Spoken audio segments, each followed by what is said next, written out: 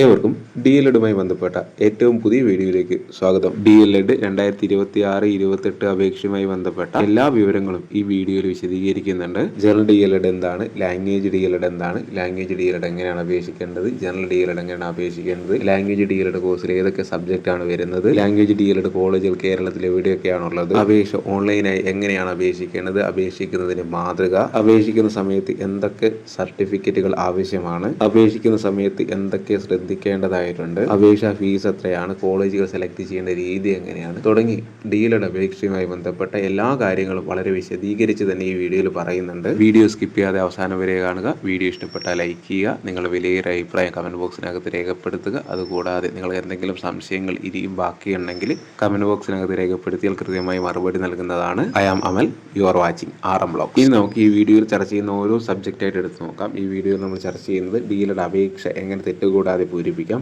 DLED അപേക്ഷ മാതൃക, അതിന് വിശദീകരണം, കോളേജ് തിരഞ്ഞെടുക്കുന്ന രീതി, ലാംഗ്വേജ് DLED അപേക്ഷ രീതി, അപേക്ഷിക്കുമ്പോൾ എന്തൊക്കെ കാര്യങ്ങൾ ശ്രദ്ധിക്കണം, ആവശ്യമായ സർട്ടിഫിക്കറ്റുകൾ എന്തൊക്കെയാണ്, ഫീസ് തുടങ്ങിയ എല്ലാ കാര്യങ്ങളും ഇതിനകത്ത് വിശദീകരിക്കുന്നുണ്ട്. വീഡിയോയിലേക്ക് കടക്കുന്നതിന് മുന്നേ ഒന്ന് രണ്ട് പ്രധാനപ്പെട്ട കാര്യങ്ങൾ പറയാം. DLED അപേക്ഷിക്കുന്ന സൈറ്റിനകത്ത് നിരവധി സാങ്കേതിക പ്രശ്നങ്ങൾ നിലവിലുണ്ട്. അവ പരിഹരിക്കാൻ ശ്രമിക്കുന്നതേ ഉള്ളൂ. അത് കൃത്യമായിട്ട് പരിഹരിച്ചതിന് ശേഷം മാത്രം അപേക്ഷ നൽകാൻ വേണ്ടി ശ്രമിക്കുക. ഇന്നും നാളെയുമായ എല്ലാ പ്രശ്നങ്ങളും പരിഹരിക്കുമെന്നാണ് അതുമായി ബന്ധപ്പെട്ടപ്പോൾ അധികൃതർ പറഞ്ഞിട്ടുള്ളത്. സൈറ്റിലെ പ്രശ്നങ്ങൾ നിലവിൽ പരിഹരിക്കാത്തത് കൊണ്ടാണ് ഞങ്ങൾ രജിസ്ട്രേഷൻ തുടങ്ങാത്തത്. പ്രശ്നങ്ങൾ പരിഹരിച്ചു കഴിഞ്ഞാൽ അപ്പോൾ തന്നെ നമ്മൾ രജിസ്ട്രേഷൻ സ്റ്റാർട്ട് ചെയ്യുന്നതാണ്. ഓരോരോ പ്രശ്നങ്ങളായിട്ട് നിലവിൽ പരിഹരിച്ചുകൊണ്ടിരിക്കുന്നുണ്ട്. മിക്കവാറും ഇന്ന് നാളെയായി സൈറ്റ് ഓക്കെ ആവും. അപ്പോൾ തന്നെ നമ്മൾ രജിസ്ട്രേഷൻ സ്റ്റാർട്ട് ചെയ്യുന്നതാണ്. DLEDിൽ പ്രധാനപ്പെട്ടവയാണ് general DLED, language DLED, special DLED എന്നിവ. ജനറൽ DLED 1ാം ക്ലാസ് മുതൽ 7ാം ക്ലാസ് വരെയുള്ള കുട്ടികളെ പഠിപ്പിക്കാനുള്ള അധ്യാപക യോഗ്യതയാണ്. ഭാഷാ വിഷയങ്ങളായി ഹിന്ദി, ഉറുദു, അറബിക്, സംസ്കൃതം എന്നിങ്ങനെ 4 ഭാഷകൾ ഒഴികെ ബാക്കി എല്ലാ വിഷയങ്ങളും 1 മുതൽ 7 വരെ നിങ്ങൾക്ക് പഠിപ്പിക്കാം. മലയാളം, ഇംഗ്ലീഷ് എന്നിവ ലാംഗ്വേജ് DLEDന്റെ ഭാഗമല്ല. അവ ജനറൽ DLEDന്റെ ഭാഗമായിട്ട് തന്നെയാണ് പഠിക്കുന്നത്. അതുകൊണ്ട് തന്നെ 1 മുതൽ 7ാം ക്ലാസ് വരെയുള്ള കുട്ടികളെ ജനറൽ DLED പഠിച്ചവർ തന്നെയാണ് മലയാളവും ഇംഗ്ലീഷും പഠിപ്പിക്കുന്നത്. ലാംഗ്വേജ് DLEDന്റെ പരിധിയിൽ 4 കോഴ്സുകളാണ് വരുന്നത്. ഹിന്ദി, അറബി, ഉറുദു, സംസ്കൃതം എന്നിങ്ങനെ 4 ഭാഷകളിൽ മാത്രമേ ലാംഗ്വേജ് DLED ഉള്ളൂ. സ്പെഷ്യൽ DLED എന്ന് പറയുന്നത് ഭിന്നശേഷി കുട്ടികളെ പഠിപ്പിക്കാൻ വേണ്ടിയിട്ടുള്ള പ്രത്യേകം കോഴ്സാണ്. കോഴ്സ് പാസ്സായി കഴിഞ്ഞാൽ 1 മുതൽ 7 വരെയുള്ള സ്പെഷ്യലി ആബിൾഡായ കുട്ടികളെ പഠിപ്പിക്കാൻ വേണ്ടിയുള്ള സ്കൂളുകളിൽ നിങ്ങൾക്ക് ജോയിൻ ചെയ്യാൻ സാധിക്കും. ജസ്റ്റ് ബേസിക് ആയിട്ട് 3 കോഴ്സുകളെ പറ്റി പറഞ്ഞു എന്ന് മാത്രമേ ഉള്ളൂ. അതായിട്ട് ബന്ധപ്പെട്ട കൂടുതൽ വീഡിയോകൾ നമ്മുടെ ചാനലിൽ ഓൾറെഡി അപ്ലോഡ് ചെയ്തിട്ടുണ്ട്. ഇനി നമുക്ക് ജനറൽ DLEDുമായിട്ട് ബന്ധപ്പെട്ട ഈ വർഷത്തെ പ്രധാനപ്പെട്ട കുറച്ച് കാര്യങ്ങൾ നോക്കാം. ചരിത്രത്തിൽ ആദ്യമായിട്ടാണ് DLEDന് ഓൺലൈൻ നോട്ടിഫിക്കേഷൻ, ഓൺലൈൻ അപേക്ഷ ക്ഷണിക്കുന്നത്. ഓൺലൈൻ അപേക്ഷ ആയതുകൊണ്ട് തന്നെ ഒരു ജില്ലയിൽ മാത്രമേ നിങ്ങൾക്ക് അപേക്ഷ അയക്കാൻ സാധിക്കുകയുള്ളൂ. ഗവൺമെന്റ് കോളേജിലേക്കാണെങ്കിലും സെൽഫ് ഫിനാൻസ് കോളേജുകളിലേക്കാണെങ്കിലും എയ്ഡഡ് കോളേജുകളിലേക്കാണെങ്കിലും നിങ്ങൾക്ക് ഒരു ജില്ല മാത്രമേ സെലക്ട് ചെയ്യാൻ സാധിക്കുള്ളൂ. അതേപോലെ ആ ജില്ലയിൽ മാത്രമേ അപേക്ഷ അയക്കാനും സാധിക്കുകയുള്ളൂ. അതുകൊണ്ട് തന്നെ നിങ്ങൾ ജില്ല സെലക്ട് ചെയ്യുന്ന സമയത്ത് കൃത്യമായിട്ട് നോക്കി സെലക്ട് ചെയ്യുക. കാരണം മലബാർ ഏരിയയിലൊക്കെ പൊതുവെ DLEDന് വലിയ ഡിമാൻഡ് ഉണ്ട്. അപ്പോൾ മാർക്ക് കുറഞ്ഞവർ മറ്റ് ജില്ലകളിലേക്ക് അപേക്ഷ നൽകുന്നത് നല്ലതായിരിക്കും. DLEDന്റെ ജോലി സാധ്യതയുമായി ബന്ധപ്പെട്ട വീഡിയോ അടുത്ത ദിവസങ്ങളിൽ തന്നെ നമ്മുടെ ചാനലിൽ അപ്ലോഡ് ചെയ്യുന്നതാണ്. ഇനി നമുക്ക് ലാംഗ്വേജ് DLEDുമായിട്ട് ബന്ധപ്പെട്ട പ്രധാനപ്പെട്ട കുറച്ച് കാര്യങ്ങൾ നോക്കാം. Language DLED Hindi, Urdu, Arabic, സംസ്കൃതം എന്നിങ്ങനെ 4 ഭാഷകളിലാണ് എന്ന് ഓൾറെഡി പറഞ്ഞു. ഹിന്ദി, അറബിക് എന്നീ ഭാഷകൾക്ക് മാത്രമേ ലാംഗ്വേജ് DLEDന് സെൽഫ് ഫിനാൻസ് കോളേജുകളുള്ളൂ. ഉറുദു, സംസ്കൃതം എന്നിവയ്ക്ക് ഗവൺമെന്റ് കോളേജുകൾ മാത്രമേ കേരളത്തിലുള്ളൂ. അറബി ഭാഷ DLEDന് കേരളത്തിലാകെ 4 കോളേജുകളാണുള്ളത്. 3 ഗവൺമെന്റ് കോളേജും ഒരു സെൽഫ് ഫിനാൻസ് കോളേജ് ഉൾപ്പെടെയാണ് 4 എണ്ണം കേരളത്തിലുള്ളത്. കോഴിക്കോട്, മലപ്പുറം, കൊല്ലം എന്നിങ്ങനെ 3 ജില്ലകളിൽ ഗവൺമെന്റ് കോളേജും മലപ്പുറം ജില്ലയിൽ പെരിന്തൽമണ്ണയിൽ സെൽഫ് ഫിനാൻസ് കോളേജുമാണുള്ളത്.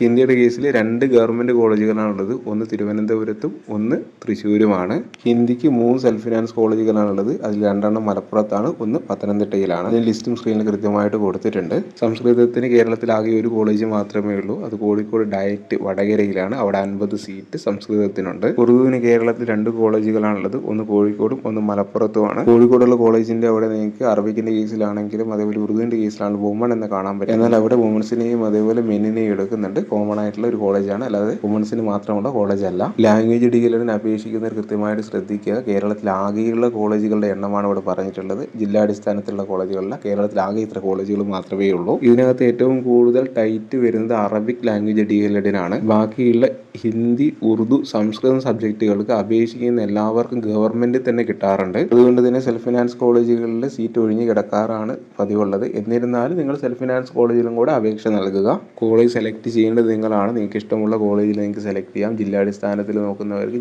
സ്വന്തം ജില്ലയിലുള്ള കോളേജിൽ ചേരാം. ഗവൺമെന്റ് കോളേജിൽ പഠിക്കണം എന്നുള്ളവർക്ക് അവിടെ ചേരാം. അറബിക് ലാംഗ്വേജിൻ്റെ കേസിൽ മലപ്പുറം, കോഴിക്കോട് ജില്ലകളിൽ പൊതുവേ കഴിഞ്ഞ വർഷങ്ങളിലൊക്കെ നല്ല ടൈറ്റ് ആയിരുന്നു. ഒരുപാട് കുട്ടികൾക്ക് അപേക്ഷിച്ചിട്ട് കിട്ടാതെ ആയിട്ടുണ്ട്. എന്നാൽ കൊല്ലം ജില്ലയിലേക്ക് അവസാന ഘട്ടത്തിലൊക്കെ മാർക്ക് കുറഞ്ഞവരെ എടുത്തിട്ടുണ്ട്. കാരണം എന്ന് പറഞ്ഞു കഴിഞ്ഞാൽ അപേക്ഷകർ കൂടുതൽ മലബാർ ഏരിയയിൽ നിന്നുള്ളവരാണ്. മലബാർ സൈഡിലുള്ള അപേക്ഷകർ കൊല്ലം ജില്ലയും ഒരു ഓപ്ഷനായിട്ട് വെക്കും. കൊല്ലം ജില്ലയിൽ അഡ്മിഷൻ കിട്ടിക്കഴിഞ്ഞാൽ കോഴിക്കോട് ഒഴിവ് വരുന്ന സമയത്ത് ട്രാൻസ്ഫർ വഴി കോഴിക്കോടോ മലപ്പുറത്തേക്ക് മാറുകയാണ് ചെയ്യാറുള്ളത്. മാർക്ക് കുറവുള്ളവർ കൊല്ലം ജില്ല ഒരു ഓപ്ഷനായിട്ട് സെലക്ട് ചെയ്യുന്നതായിരിക്കും നല്ലത്. മലപ്പുറം ജില്ലയിലും കോഴിക്കോട് ജില്ലയിലും നല്ല മാർക്കുള്ളവർക്ക് മാത്രമേ കിട്ടാറുള്ളൂ. ഇനി പറഞ്ഞ കാര്യങ്ങളൊക്കെ കഴിഞ്ഞ വർഷത്തെ അപേക്ഷിച്ചിട്ടാണ് പറയുന്നത്. അത് കൃത്യമായിട്ട് ശ്രദ്ധിക്കുക. ഇനി നമ്മൾ ചർച്ച ചെയ്യുന്നത് അറബിക്, ഉറുദു, ഹിന്ദി, സംസ്കൃതം എന്നീ ലാംഗ്വേജ് സബ്ജക്റ്റുകൾക്ക് അപേക്ഷിക്കാൻ എന്തൊക്കെ യോഗ്യതകളാണ് വേണ്ടത് എന്നുള്ളതാണ്. ഇതിലേതെങ്കിലും ഒരു യോഗ്യതാ കോഴ്സ് നിങ്ങൾ പാസ്സായിട്ടുണ്ടെങ്കിൽ ആ ഭാഷാ DLED നിങ്ങൾക്ക് പഠിക്കാവുന്നതാണ്. അതിന് കൃത്യമായിട്ട് നിങ്ങൾ അപേക്ഷ കൊടുക്കേണ്ടതാണ്. ഇതിനകത്ത് ഏതെങ്കിലും ഒരു യോഗ്യത ഉണ്ടെങ്കിൽ ജനറൽ DLEDന്റെ കൂടെ തന്നെ ലാംഗ്വേജ് DLED നിങ്ങൾ അപേക്ഷ നൽകുക. ലാംഗ്വേജ് DLED അപേക്ഷ കൊടുക്കുന്ന സമയത്ത് ഏറ്റവും കൂടുതൽ കിട്ടാൻ സാധ്യതയുള്ളത് നമ്മൾ ഓൾറെഡി പറഞ്ഞു, ഹിന്ദി, സംസ്കൃതം, ഉറുദു എന്നിവയാണ്. മാർക്ക് കുറവുള്ള DLED ലാംഗ്വേജ് പഠിക്കണം എന്ന് താല്പര്യമുള്ള കുട്ടികളുണ്ടെങ്കിൽ കൃത്യമായിട്ട് നിങ്ങൾ ഏത് ഭാഷ DLED കൊടുക്കാനാണ് യോഗ്യത അത് നോക്കിയിട്ട് കൃത്യമായിട്ട് നിങ്ങൾ അപേക്ഷ നൽകുക. ഗവൺമെന്റ് കോളേജുകളിലേക്ക് അപേക്ഷിക്കാൻ 10 രൂപയും സെൽഫ് ഫിനാൻസ് കോളേജിൽ അപേക്ഷിക്കാൻ 100 രൂപയാണ് അപേക്ഷാ ഫീസായിട്ട് ഈടാക്കുന്നത്. ജനറൽ DLED, ലാംഗ്വേജ് DLED എന്നിവയ്ക്ക് അപേക്ഷ കൊടുക്കുന്നതിൻ്റെ ഒരു മാതൃകയാണ് അടുത്തായിട്ട് കാണിക്കുന്നത്. എന്തൊക്കെയാണ് ചെയ്യാനുള്ളത് കൃത്യമായിട്ട് വീഡിയോക്കകത്ത് പറയുന്നുണ്ട്. ലിങ്ക് വഴി വെബ്സൈറ്റിനകത്ത് കയറുന്ന സമയത്ത് ഇതേപോലെ ഒരു ഇൻ്റർഫേസ് ആയിട്ട് നമുക്ക് കിട്ടുക. അതിനകത്ത് രജിസ്റ്റർ ഹിയർ എന്ന് കാണാൻ പറ്റും. ഞാൻ അവിടെ റെഡ് ലിങ്ക് കൊണ്ട് മാർക്ക് ചെയ്തിട്ടുണ്ട്. ആദ്യമായി രജിസ്ട്രേഷൻ ചെയ്യുന്നവർ രജിസ്റ്റർ ഹിയർ എന്ന ഭാഗത്ത് ക്ലിക്ക് ചെയ്യുക. രജിസ്റ്റർ ഹിയർ എന്ന ഭാഗത്ത് ക്ലിക്ക് ചെയ്യുമ്പോൾ പുതിയൊരു വിൻഡോ ഓപ്പൺ ആയിട്ട് വരും. അതിനകത്ത് നിങ്ങളുടെ ജില്ല, സ്റ്റുഡൻറ് എന്നുള്ളത് ഓൾറെഡി അവിടെ സെലക്ട് ആയി വന്നിട്ടുണ്ടാവും. നിങ്ങൾക്ക് ഇഷ്ടമുള്ള ഒരു യൂസർ ID സെലക്ട് ചെയ്യുക. യൂസർ ID മറക്കാതിരിക്കുക. വീണ്ടും ഫോർഗോട്ട് ചെയ്യാനുള്ള ഒരു ഓപ്ഷൻ ഇല്ല. അതുകൊണ്ട് തന്നെ എവിടെ എഴുതി വെക്കുകയോ അല്ലെങ്കിൽ മറ്റെന്തെങ്കിലും രീതിയിൽ സേവ് ചെയ്ത് വെക്കുകയോ ചെയ്യുക. നിങ്ങളുടെ മെയിൽ ID തെറ്റാതെ കൃത്യമായിട്ട് ടൈപ്പ് ചെയ്ത് കൊടുക്കുക. അതിന് താഴെ നിങ്ങൾക്ക് ഇഷ്ടമുള്ള പാസ്വേഡ് കൊടുക്കാം. പാസ്വേഡ് കൊടുക്കുന്ന സമയത്ത് ഒരു ക്യാപിറ്റൽ ലെറ്റർ വേണം. അതേപോലെ എന്തെങ്കിലും ഒരു സിമ്പിൾ വേണം എന്നത് കൃത്യമായിട്ട് ഓർക്കുക. നിങ്ങൾ കൊടുക്കുന്ന യൂസർ നെയിം അതേപോലെ പാസ്വേഡ് കൃത്യമായിട്ട് എവിടെയെങ്കിലും നോട്ട് ചെയ്ത് വെക്കുക. രണ്ടും ഫോർഗോട്ട് ചെയ്യാനുള്ള ഓപ്ഷൻ ഇല്ല എന്നുള്ളത് കൃത്യമായിട്ട് ഓർക്കുക. ഇവയെല്ലാം കൃത്യമായി ചെയ്തതിന് ശേഷം താഴെ രജിസ്റ്റർ എന്നുള്ള ഭാഗത്ത് ക്ലിക്ക് ചെയ്യുക. രജിസ്റ്റർ എന്ന ഭാഗത്ത് ക്ലിക്ക് ചെയ്ത് കഴിഞ്ഞാൽ ഇതേപോലെ ഒരു നോട്ടിഫിക്കേഷൻ നിങ്ങളുടെ സ്ക്രീനിൽ കാണാൻ പറ്റും. അതിനകത്ത് കൃത്യമായി നിങ്ങളുടെ യൂസർ നെയിം ഉണ്ടായിരിക്കും. ഇതിനകത്ത് തന്നെ പേര് പ്ലസ് ഇനീഷ്യൽ ആണ് കൊടുത്തിട്ടുള്ളത്. ഇനീഷ്യൽ 2 തവണ കൊടുത്തിട്ടുണ്ട്. ഒരു തവണ ഞാൻ ഓൾറെഡി ചെയ്തപ്പോൾ പ്രശ്നങ്ങൾ വന്നിരുന്നു. അതുകൊണ്ടാണ് രണ്ടാമത് രജിസ്റ്റർ ചെയ്യുന്ന സമയത്ത് 2 പ്രാവശ്യം ഇനീഷ്യൽ കൊടുത്തിട്ടുള്ളത്. പിന്നെ നമ്മൾ താഴെ യൂസർ ID അതേപോലെ പാസ്വേഡ് കൊടുത്ത് ലോഗിൻ ക്ലിക്ക് ചെയ്യുക. ലോഗിന് ക്ലിക്ക് ചെയ്ത് കഴിയുമ്പോൾ ഇതേപോലെ ഒരു ഇന്റർഫേസ് വരും. അതിനകത്ത് ഇൻസ്റ്റിറ്റ്യൂഷൻ ലിസ്റ്റും അതേപോലെ ഇൻസ്ട്രക്ഷനും കൃത്യമായിട്ട് കൊടുത്തിട്ടുണ്ട്. അതിന് താഴെ ഗോ ടു അപ്ലിക്കേഷൻ ഫോം എന്നുള്ളൊരു ഭാഗം നിങ്ങൾക്ക് കാണാൻ പറ്റും. അതിൽ നിന്ന് ഗോ ടു അപ്ലിക്കേഷൻ ഫോം എന്ന ഭാഗത്ത് ക്ലിക്ക് ചെയ്യുക. ഗോ ടു അപ്ലിക്കേഷൻ ഫോം എന്ന ഭാഗത്ത് ക്ലിക്ക് ചെയ്യുമ്പോൾ അടുത്ത് വരുന്ന ഇന്റർഫേസിനകത്ത് ഒരുപാട് നിർദ്ദേശങ്ങൾ കൊടുത്തിട്ടുണ്ട്. കൃത്യമായിട്ട് വായിച്ചു നോക്കുക. അതിന് താഴെയായിട്ട് അപ്ലിക്കേഷൻ ഫോം എന്ന് കാണാം. അതിനകത്ത് പേഴ്സണൽ ഡീറ്റെയിൽസ് ആണ് ആദ്യം തന്നെ ചോദിക്കുന്നത്. അതിനകത്ത് നമ്മുടെ ജില്ല, പേര്, house name, street, post office തുടങ്ങിയ കാര്യങ്ങൾ അതിനകത്ത് ചോദിക്കേണ്ട കൃത്യമായിട്ട് പൂരിപ്പിക്കുക. എൻ്റെ ജില്ല കോഴിക്കോട് ആയതുകൊണ്ട് ഞാനിവിടെ കോഴിക്കോടാണ് സെലക്ട് ചെയ്തിരിക്കുന്നുണ്ട്. എൻ്റെ പേഴ്സണൽ ഡാറ്റാസ് ഒക്കെ കൃത്യമായി ടൈപ്പ് ചെയ്ത് കൊടുത്തിട്ടുണ്ട്. പേഴ്സണൽ ഡീറ്റെയിൽസിനകത്ത് കാറ്റഗറി ചോദിക്കുന്നുണ്ട്. കാറ്റഗറി കൃത്യമായിട്ട് നോക്കി സെലക്ട് ചെയ്യണം. ഇതിനകത്ത് കൊടുത്തിരിക്കുന്നത് ഏതാണോ നിങ്ങളുടെ കാറ്റഗറി എന്നുള്ളത് നോക്കുക. അത് കൃത്യമായിട്ട് സെലക്ട് ചെയ്ത് കൊടുക്കുക. ഇതിനകത്ത് OEC കാറ്റഗറി, OBC കാറ്റഗറി എന്ന് കൊടുത്തിട്ടില്ല. അത് അടുത്ത ദിവസങ്ങൾ കറക്റ്റ് ചെയ്യുന്നതായിരിക്കും. ഇവിടെ സെലക്ട് ചെയ്തിരിക്കുന്നത് ഇഴവ, തീയ, വില്ലവ എന്നുള്ള രീതിയിലാണ്. അവിടെ കാസ്റ്റ് നെയിം ആയിട്ട് കൊടുത്തിരിക്കുന്നത് തീയ എന്നുള്ളതാണ്. അടുത്തതായിട്ട് ചോദിക്കുന്നത് സർവീസ് മാൻ ആണോ, ആണെങ്കിൽ ആണെന്ന് കൊടുക്കുക, അല്ലെങ്കിൽ അല്ല എന്നുള്ള രീതിയിൽ കൊടുക്കുക. അടുത്തായിട്ട് ചോദിക്കുന്നത് ഭിന്നശേഷി വിഭാഗമാണോ എന്നതാണ്. ആണെങ്കിൽ ആണ്, അല്ലെങ്കിൽ അല്ല എന്ന് കൊടുക്കുക. പിന്നെ അടുത്തായിട്ട് ചോദിക്കുന്നത് നമ്മുടെ സ്റ്റേറ്റ്, കൺട്രി, അതേപോലെ മൊബൈൽ നമ്പർ തുടങ്ങിയവ കൃത്യമായിട്ട് കൊടുക്കുക. അടുത്തായിട്ട് മെയിൽ ID ആണ്. മെയിൽ ID കൃത്യമായിട്ട് തെറ്റാതെ കൊടുക്കാൻ വേണ്ടി ശ്രദ്ധിക്കുക. പിന്നീട് ചോദിക്കുന്നത് ആധാർ കാർഡ് നമ്പറാണ്. ആധാർ കാർഡ് നമ്പർ യാതൊരുവിധ കാരണവശാലും തെറ്റാൻ പാടില്ല. തെറ്റിക്കഴിഞ്ഞാൽ ബുദ്ധിമുട്ടാണ്. ആധാർ കാർഡ് എന്നല്ല എന്ത് കാര്യങ്ങൾ ഇതിനകത്ത് ടൈപ്പ് ചെയ്ത് കഴിഞ്ഞാലും പിന്നീട് തിരുത്താനുള്ള ഓപ്ഷൻ ഉണ്ടാവാൻ ചാൻസ് കുറവാണ്. കൃത്യമായിട്ട് ആധാർ നമ്പർ ടൈപ്പ് ചെയ്ത് കൊടുക്കുക. ആധാറിന്റെ PDF അല്ലെങ്കിൽ ഇമേജോ അപ്ലോഡ് ചെയ്യുക. അത് കഴിഞ്ഞ് അടുത്തായിട്ട് ചോദിക്കുന്ന നമ്മുടെ ഡേറ്റ് ഓഫ് ബർത്ത് ആണ്. ഡേറ്റ് ഓഫ് ബർത്ത് കൃത്യമായിട്ട് സെലക്ട് ചെയ്യുക. സെലക്ട് ചെയ്ത് കഴിഞ്ഞാൽ താഴെയായിട്ട് നമ്മുടെ വയസ്സ് കൃത്യമായിട്ട് വരും. പിന്നെ അടുത്തത് ശ്രദ്ധിക്കേണ്ടത് അപ്ലൈയിങ് ഫോർ എന്നുള്ളതാണ്. അപ്ലൈയിങ് ഫോർ എന്നുള്ള ഭാഗത്ത് കൃത്യമായിട്ട് 3 ഓപ്ഷൻസ് കൊടുത്തിട്ടുണ്ട്. ജനറൽ DLED മാത്രമാണ് കൊടുക്കുന്നതെങ്കിൽ ആദ്യത്തെ ഓപ്ഷൻ സെലക്ട് ചെയ്യുക. ലാംഗ്വേജ് DLED മാത്രമാണ് കൊടുക്കുന്നതെങ്കിൽ രണ്ടാമത്തെ ഓപ്ഷൻ സെലക്ട് ചെയ്യുക. ലാംഗ്വേജ് DLED ജനറൽ DLED കൊടുക്കുന്നുണ്ടെങ്കിൽ നിങ്ങൾ മൂന്നാമത്തെ ഓപ്ഷൻ സെലക്ട് ചെയ്യുക. അത് കഴിഞ്ഞിട്ട് ജെൻഡർ ആണ് സെലക്ട് ചെയ്യേണ്ടത്. ജെൻഡർ കൃത്യമായിട്ട് സെലക്ട് ചെയ്യുക. ഏതാണ് റിലീജിയൻ എന്നുള്ളതാണ് അടുത്തായിട്ട് ചോദിക്കുന്നത്. അത് കൃത്യമായിട്ട് അവിടെ ആഡ് ചെയ്ത് കൊടുക്കുക. അതിന് താഴെയായിട്ട് ഡിപ്പാർട്ട്മെന്റ് കോട്ടയാണോ എന്നുള്ളത് ചോദിക്കുന്നത്. ആണെങ്കിൽ യെസ് എന്ന് കൊടുക്കുക, അല്ലെങ്കിൽ സെലക്ട് ചെയ്യുക എന്നൊന്നും വേണ്ട. പിന്നെ നമുക്ക് തൊട്ട് താഴെയായിട്ട് സേവ് എന്നുള്ളത് കാണാൻ പറ്റും. അവിടെ സേവ് എന്നുള്ളത് ക്ലിക്ക് ചെയ്യുക. സേവ് എന്ന് ക്ലിക്ക് ചെയ്ത് കഴിഞ്ഞാൽ നമ്മൾ ഇത്രയും നേരം ടൈപ്പ് ചെയ്ത കാര്യങ്ങളൊക്കെ അവിടെ സേവായി വന്നിട്ടുള്ള കാര്യങ്ങളൊക്കെ കറക്റ്റ് ആണെന്ന് ചെക്ക് ചെയ്യുക. കറക്റ്റ് ആണെങ്കിൽ നെക്സ്റ്റ് ക്ലിക്ക് ചെയ്ത് അടുത്ത ഭാഗത്തേക്ക് പോവുക. അടുത്തതായിട്ട് ചോദിക്കുന്നത് എഡ്യൂക്കേഷൻ ഡീറ്റെയിൽസ് ആണ്. 10ാം ക്ലാസ്സിൻ്റെ ഡീറ്റെയിൽസ് ആണ് ആദ്യം തന്നെ നമ്മൾ നൽകേണ്ടത്. 10ാം ക്ലാസ്സിൻ്റെ ബോർഡാണ് ആദ്യം തന്നെ ചോദിക്കുന്നത്. SSLC, CBSE, ICSE, NIOS കൃത്യമായിട്ട് അവിടെ കൊടുത്തിട്ടുണ്ട്. നിങ്ങൾ ഏത് ബോർഡാണോ പഠിച്ചത് അത് കൃത്യമായിട്ട് കൊടുക്കുക. താഴെയായിട്ട് രജിസ്റ്റർ നമ്പർ ചോദിക്കുന്നുണ്ട്. മദർ ടങ് ഏതാണോ മദർ ടങ് അത് കൊടുക്കുക. എത്ര ചാൻസിൽ പാസ്സായത് എന്നുള്ളത് കൃത്യമായിട്ട് നമ്മുടെ SSLC ബുക്കിനകത്തുണ്ട്. അത് നോക്കിയിട്ട് കൊടുക്കുക. ഇയർ ഓഫ് പാസിംഗ് നമ്മുടെ SSLC ബുക്കിനകത്തുണ്ട്. അതിനുശേഷം നമ്മുടെ SSLC ബുക്കിന് PDF അല്ലെങ്കിൽ ഫോട്ടോയോ നമുക്ക് അപ്ലോഡ് ചെയ്യാം. SSLC അല്ലാതെ മറ്റേതെങ്കിലും തത്തുല്യ യോഗ്യതകൾ ഉണ്ടെങ്കിൽ അതിന് താഴെയായിട്ട് നമുക്ക് അപ്ലോഡ് ചെയ്യാം. അടുത്തായി ചോദിക്കുന്നത് +2 ഡീറ്റെയിൽസ് ആണ്. ആദ്യം തന്നെ ബോർഡ്, അത് കഴിഞ്ഞ് രജിസ്റ്റർ നമ്പർ, സ്കൂളിൻ്റെ പേര്, +2 സ്ട്രീം ഏതാണെന്ന് അടുത്തായിട്ട് ചോദിക്കുന്നത്. സയൻസ് ആണെങ്കിൽ സയൻസ്, കൊമേഴ്സ് ആണെങ്കിൽ കൊമേഴ്സ്, ഹ്യൂമാനിറ്റീസ് ആണെങ്കിൽ ഹ്യൂമാനിറ്റീസ് എന്നവിടെ കൊടുക്കുക. അതിനുശേഷം +2 മാർക്ക് പേഴ്സൻ്റ് ആണ് ചോദിക്കുന്നത്. മാർക്ക് പെർസെൻറ്റേജ് കൊടുക്കുക. നിങ്ങൾക്ക് കിട്ടിയ മാർക്ക് കൊടുക്കുക. ടോട്ടൽ മാർക്ക് കൊടുക്കുക. അതിനുശേഷം +2 പാസ്സായ വർഷമാണ് ചോദിക്കുന്നത്. കൃത്യമായിട്ട് +2 സർട്ടിഫിക്കറ്റിനകത്തുണ്ട്. അതിനുശേഷം PDF ആയിട്ടോ അല്ലെങ്കിൽ ഫോട്ടോ ആയിട്ടോ +2 സർട്ടിഫിക്കറ്റ് അപ്ലോഡ് ചെയ്യാം. ഗാലറിയിൽ നിന്ന് PDF ഫോർമാറ്റിലോ അല്ലെങ്കിൽ JPG ഫോർമാറ്റിലുള്ള ഫോട്ടോയോ PDF നിങ്ങൾക്ക് അപ്ലോഡ് ചെയ്യാം. ഇനി തൊട്ട് താഴെയായിട്ട് സബ്ജക്റ്റ് ആൻഡ് മാർക്സ് എന്ന് കാണാം. അതിനകത്ത് ഓരോ സബ്ജക്റ്റിൻ്റെയും പേര് ടൈപ്പ് ചെയ്ത് കൊടുക്കുക. അതിനുശേഷം നിങ്ങൾക്ക് കിട്ടിയ മാർക്ക് കൊടുക്കുക. ടോട്ടൽ മാർക്ക് എത്രയാണെന്ന് കൊടുക്കുക. +2 സർട്ടിഫിക്കറ്റ് നോക്കി കൃത്യമായിട്ട് തന്നെ ടൈപ്പ് ചെയ്ത് കൊടുക്കാൻ വേണ്ടി ശ്രദ്ധിക്കുക. തെറ്റിക്കരുത്. തെറ്റിക്കഴിഞ്ഞാൽ നിങ്ങളുടെ അഡ്മിഷനെ തന്നെ അത് ബാധിക്കാൻ സാധ്യതയുണ്ട്. അത് ഞാൻ ഇംഗ്ലീഷാണ് കൊടുത്തിട്ടുള്ളത്. അതിൻ്റെ താഴെയായിരുന്നെങ്കിൽ 6 സബ്ജക്റ്റ് കൊടുത്ത് ഓരോ സബ്ജക്റ്റിനെയും മാർക്ക് കൂടെ കൊടുക്കാം. എല്ലാ സബ്ജക്റ്റിനെയും മാർക്ക് കൊടുത്തതിന് ശേഷം താഴെയുള്ള സേവ് എന്നുള്ള ഒരു ഭാഗം നിങ്ങൾക്ക് കാണാം. അവിടെ ക്ലിക്ക് ചെയ്ത് ഇത്രയും ചെയ്തിരിക്കുന്ന ഭാഗം സേവ് ചെയ്യുക. സേവ് എന്ന ഭാഗത്ത് ക്ലിക്ക് ചെയ്ത് കഴിഞ്ഞാൽ ഇതേപോലെ സെക്ഷൻ 2 സേവ് എന്ന് കൃത്യമായിട്ട് കാണാം. അടുത്തായിട്ട് കൊടുത്തിരിക്കുന്ന സർട്ടിഫിക്കറ്റ് ഇൻഫർമേഷൻ എന്നുള്ളതാണ്. നമുക്ക് എന്തെങ്കിലും റിസർവേഷൻ ഉണ്ടെങ്കിൽ അതിന് സർട്ടിഫിക്കറ്റ് ഇവിടെയാണ് ആഡ് ചെയ്യേണ്ടത്. ഉദാഹരണത്തിന് ഡിഫറൻറ്റ്ലി ആബിൾഡ് ആണെങ്കിൽ അതിന് സർട്ടിഫിക്കറ്റ് ആഡ് ചെയ്യണം. OBC ആണെങ്കിൽ നോൺ ക്രിമിലിയർ, SC ST ആണെങ്കിൽ കാസ്റ്റ് സർട്ടിഫിക്കറ്റ് തുടങ്ങിയ സർട്ടിഫിക്കറ്റുകൾ ഇവിടെ അപ്ലോഡ് ചെയ്യേണ്ടതായിട്ടുണ്ട്. 8ാം ക്ലാസ് മുതൽ +2 വരെ പഠിക്കുന്ന സമയത്ത് നിങ്ങൾക്ക് കിട്ടിയിട്ടുള്ള ആർട്സിൻ്റെ സർട്ടിഫിക്കറ്റുകൾ അപ്ലോഡ് ചെയ്യാം. സ്പോർട്സിൻ്റെ സർട്ടിഫിക്കറ്റുകൾ അപ്ലോഡ് ചെയ്യാം. അതേപോലെ NSSൽ ഉണ്ടായിരുന്നെങ്കിൽ അതിൻ്റെ സർട്ടിഫിക്കറ്റ്, NCCൽ ഉണ്ടായിരുന്ന അതിൻ്റെ സർട്ടിഫിക്കറ്റ്, രാജ്യ പുരസ്കാർ കിട്ടിയിട്ടുണ്ടെങ്കിൽ അതിൻ്റെ സർട്ടിഫിക്കറ്റ്, ജവാൻ റിലേറ്റീവ് ആണെങ്കിൽ അതിൻ്റെ സർട്ടിഫിക്കറ്റ് ആഡ് ചെയ്യേണ്ടതായിട്ടുണ്ട്. അല്ലെങ്കിൽ എക്സ് മിലിറ്ററി ആണെങ്കിൽ അതിൻ്റെ സർട്ടിഫിക്കറ്റ് ആഡ് ചെയ്യേണ്ടതായിട്ടുണ്ട്. എന്തെങ്കിലും റിസർവേഷൻ നിങ്ങൾക്കുണ്ടെങ്കിൽ അതിൻ്റെ സർട്ടിഫിക്കറ്റ് നിർബന്ധമായും ആവശ്യമാണ്. അപേക്ഷ കൊടുക്കുന്ന സമയത്ത് നിങ്ങൾ സർട്ടിഫിക്കറ്റ് കയ്യിലില്ല എങ്കിൽ പോലും അഡ്മിഷൻ എടുക്കുന്ന സമയത്ത് നിർബന്ധമായിട്ട് സർട്ടിഫിക്കറ്റ് വേണം. അതുകൊണ്ട് തന്നെ അഡ്മിഷൻ സമയത്തേക്ക് എല്ലാ സർട്ടിഫിക്കറ്റുകളും റെഡിയാക്കി വെക്കുക. അടുത്ത ഭാഗത്ത് ചോദിക്കുന്നത് നമ്മൾ ഏതൊക്കെ കോളേജിലാണ് അപ്ലിക്കേഷൻ കൊടുക്കുന്നത് എന്നതാണ്. അതിനകത്ത് district, institution type, course, institution name എന്നുള്ള കൃത്യമായിട്ട് കാണാൻ കഴിയും. നമ്മൾ ഏത് ജില്ലയിലാണോ അപേക്ഷ കൊടുക്കുന്നത് ആ ജില്ലയുടെ പേരാണ് ഡിസ്ട്രിക്റ്റ് എന്നുള്ള ഭാഗത്ത് സെലക്ട് ചെയ്യേണ്ടത്. കേരളത്തിലെ മുഴുവൻ ജില്ലകളുടെയും പേര് അവിടെ കൊടുത്തിട്ടുണ്ട്. നമുക്ക് ഏത് ജില്ലയിൽ വേണമെങ്കിലും അപേക്ഷ കൊടുക്കാം. നിങ്ങളുടെ ജില്ല തന്നെ കൊടുക്കണമെന്നില്ല. അതിനുശേഷം നിങ്ങൾ ഏത് കോളേജിലേക്കാണ് അപേക്ഷ കൊടുക്കുന്നത്, ഗവൺമെന്റ് ആണോ, എയ്ഡഡ് ആണോ, സെൽഫ് ഫിനാൻസ് ആണോ, എയ്ഡഡ് മൈനോറിറ്റി ആണോ എന്നുള്ള കൃത്യമായിട്ട് കൊടുക്കുക. അതായത് കോഴ്സ് എന്നുള്ള ഭാഗമാണ്. അവിടെ ക്ലിക്ക് ചെയ്ത് ജനറൽ എന്ന് സെലക്ട് ചെയ്യുക.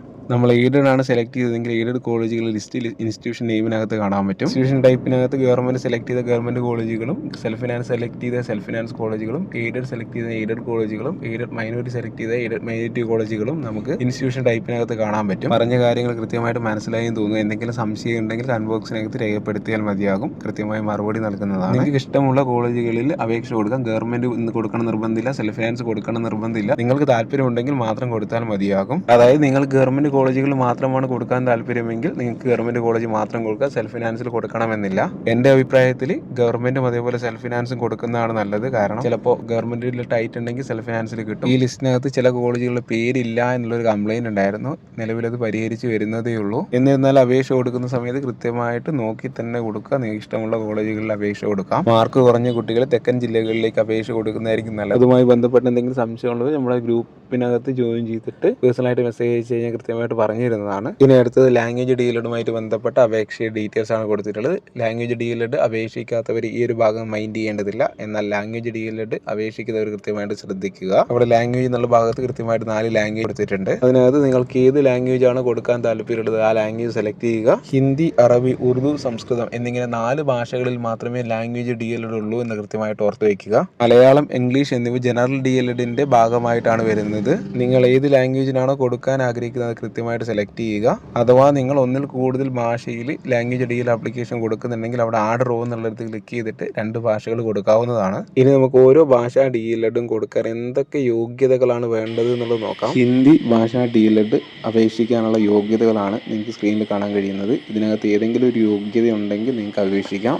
അടുത്തതായിട്ട് കൊടുത്തിരിക്കുന്നത് അറബിക് ലാംഗ്വേജ് പഠിക്കാനുള്ള യോഗ്യതകളാണ്. ഇതിനകത്ത് ഏതെങ്കിലും ഒരു യോഗ്യത ഉണ്ടെങ്കിൽ അറബിക് DLED പഠിക്കാം. അടുത്തതായിട്ട് കൊടുത്തിരിക്കുന്നത് സംസ്കൃതം ലാംഗ്വേജ് DLED പഠിക്കാനുള്ള യോഗ്യതകളാണ്. ഇതിനകത്ത് ഏതെങ്കിലും ഒരു യോഗ്യത ഉണ്ടെങ്കിൽ സംസ്കൃതം DLED നിങ്ങൾക്ക് പഠിക്കാൻ സാധിക്കും. അടുത്തായിട്ട് കൊടുത്തിരിക്കുന്നത് ഉറുദു ലാംഗ്വേജ് പഠിക്കാൻ എന്തൊക്കെ യോഗ്യതകളാണ് വേണ്ടത് എന്നുള്ളതാണ്. ഇതിനകത്ത് ഏതെങ്കിലും ഒരു യോഗ്യത ഉണ്ടെങ്കിൽ നിങ്ങൾക്ക് ഉറുദു ലാംഗ്വേജ് DLED പഠിക്കാവുന്നതാണ്. ലാംഗ്വേജ് എന്നുള്ള ഭാഗത്ത് ഏത് ലാംഗ്വേജ് ആണ് കൊടുക്കുന്നത് കൃത്യമായിട്ട് കൊടുക്കുക. എലിജിബിലിറ്റി കൃത്യമായിട്ട് സെലക്ട് ചെയ്യുക. അതിനുശേഷം മാർക്ക് പെർസെൻറ്റേജ് കൃത്യമായിട്ട് കൊടുക്കുക. ലാംഗ്വേജ് DLEDന്റെ കേസിൽ ജില്ല ഒരു പ്രശ്നമല്ല. എല്ലാ ജില്ലകളിലും നമുക്ക് അപേക്ഷ നൽകാൻ സാധിക്കും. കാരണം കേരളത്തിൽ വളരെ കുറഞ്ഞ ജില്ലകളിൽ മാത്രമേ ലാംഗ്വേജ് DLED ഉള്ളൂ. ലാംഗ്വേജ് DLEDന്റെ കോളേജുകൾ ഏതൊക്കെ ജില്ലയിലാണോ ഉള്ളതെന്ന് നമ്മൾ ഓൾറെഡി കോളേജിന്റെ ലിസ്റ്റിനകത്ത് പറഞ്ഞിട്ടുണ്ട്. അത് നോക്കി കൃത്യമായിട്ട് അപേക്ഷ കൊടുക്കുക. ഹിന്ദി അതേപോലെ അറബിക് എന്നിവയ്ക്ക് സെൽഫ് ഫിനാൻസ് കോളേജുകൾ ഉണ്ട് എന്നുള്ളത് കൃത്യമായിട്ട് ഓർത്ത് വെക്കുക. ഇത്രയും ചെയ്ത് കഴിഞ്ഞാൽ അപേക്ഷാ ഫീസ് എത്രയാണെന്നുള്ളത് കൃത്യമായിട്ട് അവിടെ വന്നിട്ടുണ്ടാവും. അതിന് താഴെയായിട്ട് നിങ്ങൾക്ക് സേവ് എന്ന് കാണാൻ പറ്റും. അവിടെ ക്ലിക്ക് ചെയ്ത് ഇത്രയും സേവ് ചെയ്യുക. ഇനി നമ്മൾ അപേക്ഷയുടെ അവസാന ഘട്ടത്തിലേക്കാണ് കിടക്കുന്നത്. സേവ് ചെയ്തതിന് ശേഷം നെക്സ്റ്റ് ക്ലിക്ക് ചെയ്യുക. നെക്സ്റ്റ് ക്ലിക്ക് ചെയ്ത് നമ്മൾ അടുത്ത ഭാഗത്തേക്ക് പോകുമ്പോൾ ഇവിടെ കൃത്യമായിട്ട് 3 കാര്യങ്ങൾ പറഞ്ഞിട്ടുണ്ട്. അതിനകത്ത് ആദ്യത്തെ കാര്യം നമ്മൾ ഇതിനകത്ത് കൊടുത്തിരിക്കുന്ന എല്ലാ കാര്യങ്ങളും ശരിയാണ് എന്നുള്ളതാണ്. അടുത്തായിട്ട് പറഞ്ഞിരിക്കുന്നത് ഞാൻ 3 ചാൻസിലെ എക്സാം പാസ്സായിട്ടുണ്ട് എന്നുള്ള കാര്യമാണ്. മൂന്നാമതായി കൊടുത്തിട്ടുള്ളത്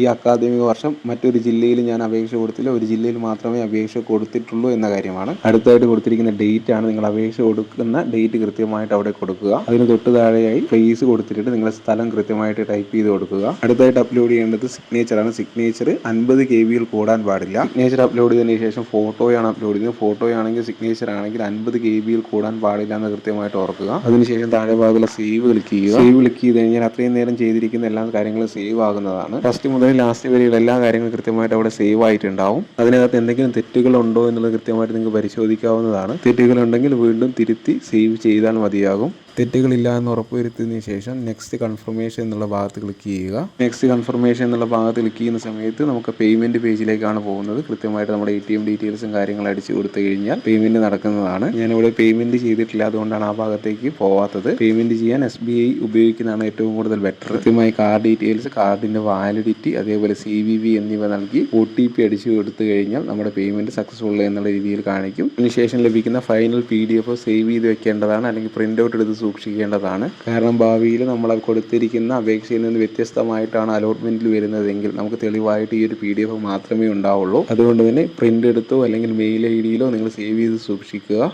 ഇനി നമുക്ക് സർട്ടിഫിക്കറ്റുകളായിട്ട് ബന്ധപ്പെട്ട കാര്യങ്ങൾ പറയാം. അതേപോലെ മറ്റു കുറച്ച് ഇമ്പോർട്ടൻ്റ് ആയിട്ടുള്ള കാര്യങ്ങളുണ്ട്, അതും കൂടെ പറയാം. DLED അഥവാ TTC എന്ന് പറയുന്നത് ഒരു ഓഫ്ലൈൻ കോഴ്സാണ്. അതായത് നമ്മൾ നിർബന്ധമായും കോളേജിൽ പോയി പഠിക്കേണ്ട ഒരു കോഴ്സാണ് DLED എന്ന് പറയുന്നത്. അറ്റൻഡൻസ് കമ്പൽസറി ആണ്, അതേപോലെ ടീച്ചിങ് പ്രാക്ടീസ് കമ്പൽസറി ആണ്, ടൂർ കമ്പൽസറി ആണ്. ഇതേപോലെയുള്ള നിരവധി കാര്യങ്ങൾ കമ്പൽസറി ആയിട്ട് ചെയ്യേണ്ട ഒരു കോഴ്സാണ് DLED എന്ന് പറയുന്നത്. അങ്ങനെയുള്ള ഒരു കോഴ്സ് ആരെങ്കിലും ഓൺലൈനായിട്ട് നിങ്ങൾക്ക് അഡ്മിഷൻ തരാമെന്ന് പറയുകയാണെങ്കിൽ അത് വ്യാജമാണ്. അല്ലെങ്കിൽ ആ കോളേജിൻ്റെ അഫിലിയേഷൻ നിങ്ങൾ പരിശോധിക്കണം. അല്ലാതെ ചേർന്ന് കഴിഞ്ഞാൽ ചിലപ്പോൾ നിങ്ങളുടെ 2 വർഷവും അതേപോലെ നൽകിയ പൈസയും നഷ്ടമാകാൻ സാധ്യതയുണ്ട്. DLED അപേക്ഷാ സമയത്ത് SSLC ബുക്കിന്റെ ഫോട്ടോ, +2 സർട്ടിഫിക്കറ്റിന്റെ ഫോട്ടോ, ആധാർ കാർഡിന്റെ ഫോട്ടോ, സിഗ്നേച്ചറിന്റെ ഫോട്ടോ, അതേപോലെ നമ്മുടെ സ്വന്തം ഫോട്ടോ എന്നിവ മാത്രമാണ് ആവശ്യമായിട്ടുള്ളത്. ജാതി സർട്ടിഫിക്കറ്റ്, നോൺ ക്രിമിനൽ സർട്ടിഫിക്കറ്റ് എന്നിവ നമ്മുടെ അഡ്മിഷൻ സമയത്ത് നൽകിയാലും മതിയാവും. NSS, NCC, സ്കൗട്ട് അതേപോലെ അങ്ങനെ എന്തെങ്കിലും റിസർവേഷൻ ഉണ്ടെങ്കിൽ അത് നിർബന്ധമായിട്ട് നിങ്ങൾ ഫോട്ടോ അപ്ലോഡ് ചെയ്യേണ്ടതാണ്. നിലവിൽ +2 കഴിഞ്ഞവർക്ക് അവരുടെ ഒറിജിനൽ സർട്ടിഫിക്കറ്റ് കിട്ടിയിട്ടില്ല. അങ്ങനെയുള്ളവർ നിങ്ങളുടെ മാർക്ക് ലിസ്റ്റിന്റെ പ്രിന്റ് ഔട്ട് എടുത്ത് സെൽഫ് അറ്റസ്റ്റഡ് എഴുതി അതിനകത്ത് സൈൻ ചെയ്തിട്ട് ഫോട്ടോ എടുത്ത് അപ്ലോഡ് ചെയ്താൽ മതി. മാനേജ്മെന്റ് സീറ്റിൽ അഡ്മിഷൻ എടുക്കാൻ ആഗ്രഹിക്കുന്നവർ നിങ്ങൾ ഏത് കോളേജിലാണ് അഡ്മിഷൻ എടുക്കാൻ ആഗ്രഹിക്കുന്നത് ആ കോളേജിൽ നേരിട്ട് പോയിട്ട് അപേക്ഷാ ഫോം പൂരിപ്പിച്ച് കൊടുക്കേണ്ടതാണ്. ഏത് ലാംഗ്വേജിനാണ് കൊടുത്താൽ കിട്ടാൻ സാധ്യത കൂടുതലുള്ളതെന്ന് ചോദിക്കുന്നുണ്ട്. ഹിന്ദി, ഉറുദു, സംസ്കൃതം എന്നിവയ്ക്ക് പെട്ടെന്ന് കിട്ടാറുണ്ട്. ലാംഗ്വേജ് DLED അപേക്ഷ കൊടുക്കുന്നവർ ജനറൽ DLED അപേക്ഷ കൊടുക്കുക. അതേപോലെ ജനറൽ DLED അപേക്ഷ കൊടുക്കുന്നവർ ലാംഗ്വേജ് DLED അപേക്ഷ കൊടുക്കാൻ ശ്രദ്ധിക്കുക. ചിലപ്പോൾ മാർക്ക് കുറഞ്ഞവർക്ക് ലാംഗ്വേജ് DLED കിട്ടാൻ ചാൻസ് ഉണ്ട്. അറബിക്കിന് പൊതുവെ ടൈറ്റ് ആണ്. അറബിക്കിന്റെ കേസിൽ മലപ്പുറം, കോഴിക്കോട് ജില്ലകളിൽ നല്ല മാർക്കുള്ളവർക്ക് ലഭിക്കാറുള്ളൂ. കൊല്ലം ജില്ലയിലാണ് കുറച്ചും കൂടെ മാർക്ക് കുറഞ്ഞ കുട്ടികൾക്ക് ലഭിക്കാറുള്ളത്. മാർക്ക് കുറവ് എന്ന് പറയാൻ വളരെ കുറവ് എന്നുള്ള രീതിയിലല്ല. എന്നിരുന്നാലും മലപ്പുറം ജില്ലയും അതേപോലെ കോഴിക്കോട് ജില്ലയും വെച്ച് നോക്കുമ്പോൾ കൊല്ലം ജില്ലയിൽ കുറച്ചും കൂടെ മാർക്ക് കുറഞ്ഞവർക്ക് കിട്ടും. മാനേജ്മെന്റ് സീറ്റിൽ ഡൊണേഷൻ ഇല്ലാതെയൊക്കെ ഒരുപാട് കോളേജുകൾ സീറ്റ് നൽകുന്നുണ്ട്. ലക്ഷങ്ങൾ ഡൊണേഷൻ കൊടുക്കുന്ന സമയത്ത് നിങ്ങളൊന്ന് ആലോചിക്കുക. കാരണം നിങ്ങൾക്ക് അടുത്ത് പഠിക്കണം എന്ന് നിർബന്ധമില്ലെങ്കിൽ മറ്റ് ജില്ലകളിൽ പോയി പഠിച്ചു കഴിഞ്ഞാൽ ഡൊണേഷൻ ഇല്ലാതെ നിങ്ങൾക്ക് പഠിക്കാൻ സാധിക്കും. അതേപോലെ ചില ജില്ലകളിൽ കുറഞ്ഞ മാർക്കുള്ള കുട്ടികൾക്കും അഡ്മിഷൻ ലഭിക്കാറുണ്ട്. അതുമായിട്ട് ബന്ധപ്പെട്ട സംശയങ്ങളുണ്ടെങ്കിൽ നിങ്ങൾക്ക് ഗ്രൂപ്പിനകത്ത് ചോദിക്കാവുന്നതാണ്. ഗ്രൂപ്പിന്റെ ലിങ്ക് ഞാൻ കമന്റ് ബോക്സിനകത്ത് പിൻ ചെയ്ത് വെക്കാം. കുറച്ചൊരു വലിയ വീഡിയോ ആയി പോയിട്ടുണ്ട്. ഇത്രയും ഡീറ്റെയിൽ ആയിട്ട് കാര്യങ്ങൾ പറഞ്ഞതുകൊണ്ടാണ് ഇത്രയും ലോങ് ആയത്. എന്തായാലും വീഡിയോ മുഴുവനായിട്ട് തന്നെ കാണുക. എന്തെങ്കിലും സംശയം ഉണ്ടെങ്കിൽ കമന്റ് ബോക്സിനകത്ത് രേഖപ്പെടുത്തുക. അതോടൊപ്പം തന്നെ ഈ വീഡിയോയെ പറ്റിയും ഈ ചാനലിനെ പറ്റിയും നിങ്ങളുടെ വിലയേറിയ അഭിപ്രായങ്ങൾ കമന്റ് ബോക്സിനകത്ത് രേഖപ്പെടുത്തുക. ഡീലുമായി ബന്ധപ്പെട്ട മറ്റൊരു വീഡിയോയുമായി വീണ്ടും കാണാം. വീഡിയോ നിങ്ങളിലേക്ക് കൃത്യമായിട്ട് എത്തിച്ചേരാൻ ചാനൽ ഒന്ന് സബ്സ്ക്രൈബ് ചെയ്ത് വയ്ക്കുക.